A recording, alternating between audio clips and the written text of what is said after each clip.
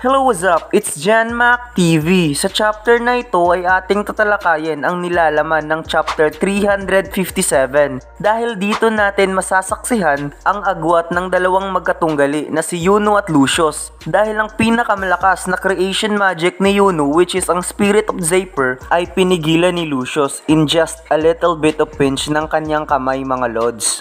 At masasaksihan din natin ang nakakabaliw na final attack ni Captain Jack dahil halos hinati niya ang kalahating lugar ng Clover Kingdom at lumampas pa nga ito sa border ng magic spell ni Yuno na Never Never Land. At lahat ng yan ay ating pag-uusapan sa chapter na ito, mga lods. Kaya wag mo sanang kalimutang mag-like at mag-comment sa video na ito. At sana, mga lods, tulungan nyo ako na makaabot at least 1,000 likes for this video. At paki-follow and like sa iba pang social media account natin. Kaya kung hindi ka pa nakapag-subscribe ay mag-subscribe ka na at i-hit mo na rin yung notification bell para lagi kang updated kapag meron tayong bagong video. Dahil magsisimula na tayo, mga lods. So bago tayo magsimula ay konting recap muna tayo sa huling chapter. So nasaksihan nga natin kung gaano kalakas ang mga Paladin's Angel ni Lucius Socrates. Dahil hindi nga ito kayang talunin ng mga Magic Knights at ito daw ang magsisilbing batas ng bagong mundo na gagawin ni Lucius.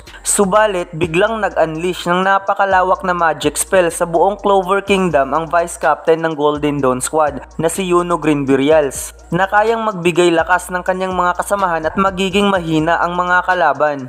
Dito nga ay nagharap at naglaban si Lucius at Yuno. Sinabi ni Lucius na si Yuno daw ang kanyang rival. Subalit nag-refuse nga itong si Yuno at nag-spirit dive sabay gumawa ng creation magic, Spirit of Zaper at inatake si Lucius.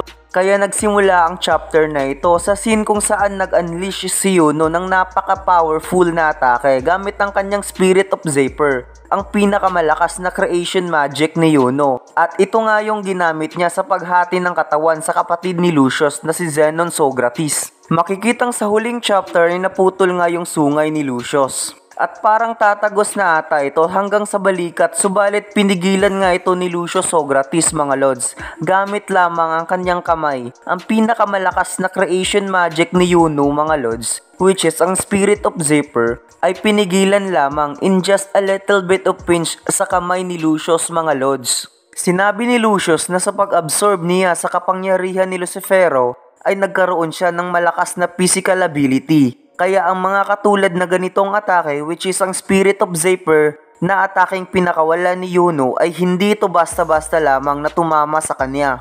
Dagdag pa ni Lucius na napaka-powerful ang magic spell na Never Never Land. Subalit ang tanong kung kaya ba ito i-maintain ni Yuno ng matagal ang magic spell na napakalawak dahil magtatapos lang daw ito sa walang kabuluhang pagsisikap ni Yuno. Kaya't wag na daw pahabain pa ang paghihirap ng mga kasamahan ni Yuno na umaasa sa magic spell na Never Never Land. Na makikitang pahirapan talaga ang pakikipaglaban ng mga Magic Knights sa mga Paladin's Angel ni Lucius Socrates. Dahil sa nagtataglay ito ng light magic. Bukod pa dyan ay napakahirap pa nito na wasakin at i-destroy. Samantalang si Yuno ay pinagpapawisan dahil hindi ini-expect na ganito kalakas ang isang Lucius Socrates na nooy nakalaban ni Asta. At meron akong konting trivia, mga lods. Kaya pala Grey Deer Squad ang pangalan ng brigade ni Julius Novacrono noong captain pa lamang siya sa isang squad bago siya naging Wizard King. Dahil baka ito ang ipinangalan talaga ni Lucius Socrates dahil kapag naka-Paladin's mood itong si Lucius,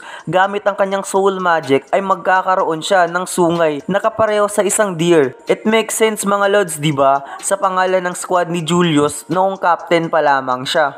Anyways, pagkatapos ay lumipat nga yung scene kung saan pinoprotektahan ni Captain Yami si Captain Jack gamit ang kanyang dark magic na umaapaw sa kanyang likuran laban dito kay Morgan. Habang si Captain Jack ay galit sa kanyang sarili na baka ito na ang katapusan ng kanyang buhay. Dito nga ay naaalala ni Captain Jack ang unang pagharap nilang dalawa ni Captain Yami at simula ng kanilang away isip bata. Inunahan nga ni Jack itong si Yami kaya napilitang ilabas ni Yami ang kanyang katana at nag-wave ng dark magic sa harap ni Jack. Kaya laking gulat ni Jack sa kanyang nakitang hindi pangkaraniwang magic ni Yami at napasabing kung nagseryoso daw itong si Yami ay baka natamaan ng kanyang kaliwang mata. Sinabi ni Yami na mag-ingat daw itong si Jack sa mga pinipili niyang kalabanin dahil pareho silang may sira sa ulo at alam niyang pareho silang dalawa na palaging nasasangkot sa gulo. Subalit magkakampi pa rin naman sila. Pagkatapos ay biglang dumating si Morgan at nag-report kay Yami na yung mission nila ay kumpleto na kaya't kailangan na nilang bumalik sa headquarters.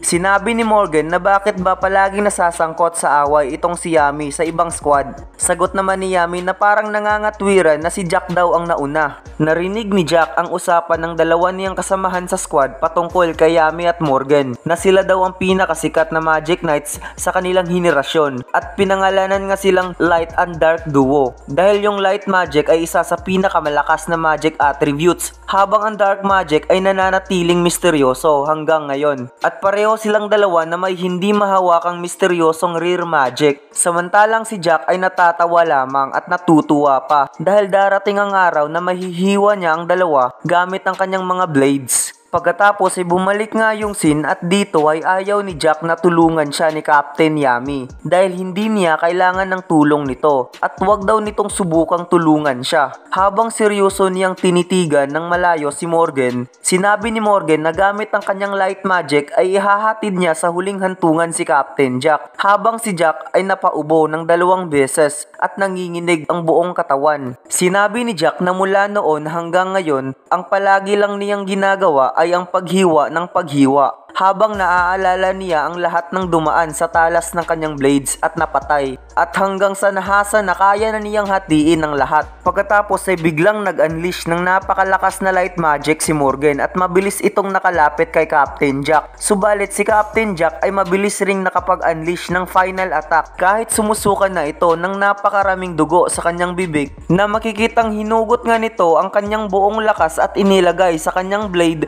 upang makapag-unleash ng napakalakas na atake na ikinagulat naman ni Morgan dahil sa napakalakas na ataking pinakawalan ni Captain Jack galing sa World 3 magic ni Captain Vengeance lampas sa border ng magic spell ni Yuno na Never Neverland mga lords. At masasabi kong nag-iwan si Captain Jack ng isang malaking marka sa buong Clover Kingdom na para bang hiniwa niya ang buong lugar ng Clover Kingdom at pati na ang 2 Paladins Angel ni Lucio Socrates ay nadamay sa final attack ni Captain Jack. Habang ang lahat ng mga Magic Knights ay gulat na gulat sa kanilang nakita at pati si Captain Charlotte ay hindi makapaniwala na nakagawa pa ng final attack si Captain Jack. Sinabi ni Jack na ano daw ang masasabi ni Captain Yami sa kanyang final attack habang sumusuka ng dugo. Sagot naman ni Captain Yami na para siyang nasiraan ng bait sa sobrang lakas ng ataking ginawa ni Captain Jack. At nakuha pang tumawa ni Jack ng ilang sandali at napasabing ang nag-iisa lamang niyang pinagsisihan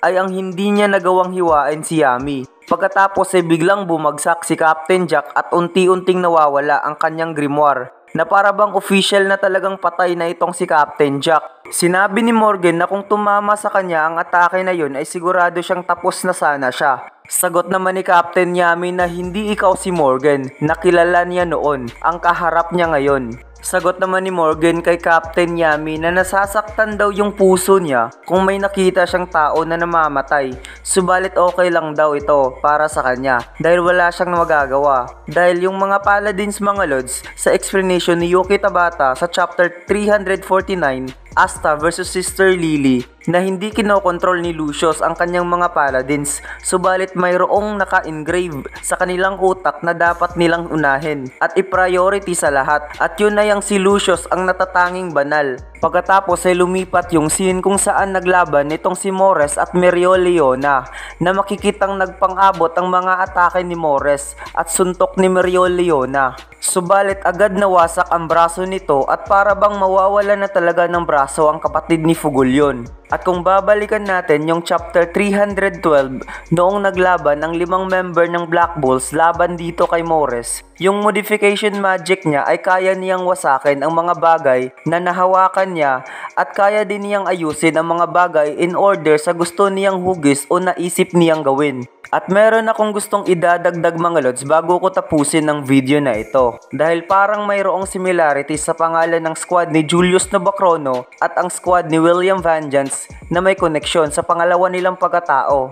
It makes sense yung Grey Deer squad ni Julius at yung sungay ni Lucius kapag naka-Paladins mode ay maihahalin tulad natin sa sungay ng isang deer. At yung Golden Dawn squad ni William Vengeance na sa huli ay nalaman natin na yung simbolo ng squad ni William ay may kinalaman sa Eye of the Midnight Sun sa grupo ni Fatre na siyang pangalawang pagkatao ni William. So ibig sabihin mga lods, yung pangalawang soul nila ay nagdidesisyon na hindi nila nalalaman. At dito lang nagtatapos ang ating kwento sa chapter na ito mga lods. Kaya wag mo sanang kalimutang mag-like at mag-comment sa video na ito. At sana mga lods tulungan nyo ako na makaabot at least 1,000 likes for this video. At paki-follow and like sa iba pang social media account natin. At yun lang mga lods. Salamat. It's time shoutout mga lods.